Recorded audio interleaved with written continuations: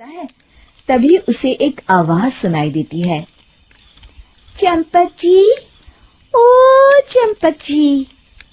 अरे ये तो कोई मेरा नाम लेकर मुझे पुकार रहा है।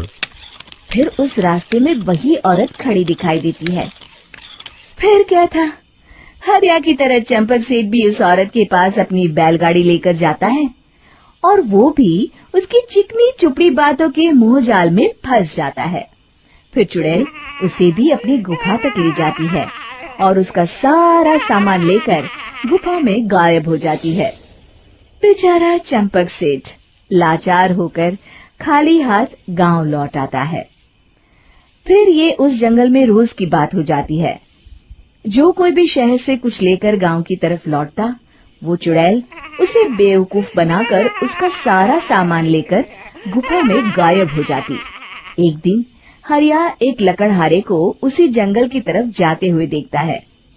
फिर हरिया उसे रोकते हुए कहता है, अरे भाई, क्यों अपनी मौत को दावत दे रहे हो? मेरी बात मानो, आगे जंगल में मत जाओ, वहाँ एक बड़ी भयानक चुड़ैल रहती है।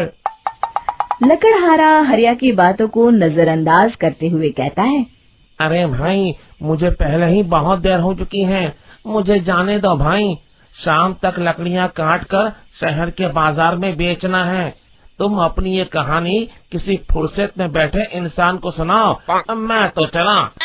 इतना कहकर लकड़हारा वहाँ से आगे जंगल की तरफ चला जाता है। फिर अगले दिन गांव के मुखिया के घर के बाहर बहुत सारे लोग जमा हो जाते हैं।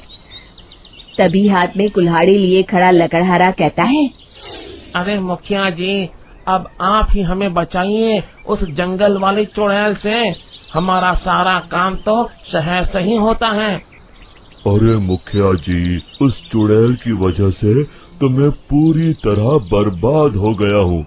हम सबको मिलकर उस चुड़ैल का कोई इलाज करना पड़ेगा। तभी भीड़ में खड़ा वीरा कहता है, आप लोग चिंता मत करिए, कल से वो चुड़ैल किसी को नहीं लूट पाएगी। मेरे पास एक बहुत अच्छी तरकीब है। तभी चंपक सेठ उसका मजाक उड़ाते हुए कहता है, अरे तेरा नाम वीरा है तो क्या हुआ? तूने अभी उस चुड़ैल को देखा नहीं है? जाकर अपना काम कर, बड़ा आया। तब मुखिया जी कहते हैं, नहीं चंपक सेठ, मुझे लगता है हमें इस लड़के को एक मौका देना चाहिए। फिर सभी गांव वाले मुखिया जी की बातों से सहमत हो जाते हैं और वीरा शाम को एक बैलगाड़ी में कुछ सामान लादकर उस जंगल की ओर चल देता है। वीरा, ओ वीरा, कहाँ जा रहा है?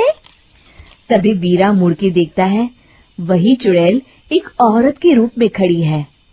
अरे बहन जी, मैं आपको ही ढूंढ रहा था। देखिए, मैं आपके लिए क्या लाया हूँ। हैं? अरे वाह, तो खुद मेरे लिए इतना सामान लाया है। तू ही अकेला गांव में समझदार है। जरा देखो, मैं भी खोल के, बड़े भूख लगी है। जैसे ही चुड़ैल उस सामान पर से कपड़ा हटाती है, एक भगवान शिव की तेज रोशनी उसके अंदर मूर्ति से निकलती है और चुड़ैल अपने असली रूप में आकर जलने लगती है।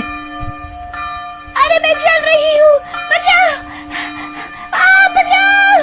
ओम नमः शिवाय, मर गई मैं! देखते ही देखते वो चुड़ैल राख के साथ उड़ जाती है और सभी गांव वाले भी वहां जाते हैं।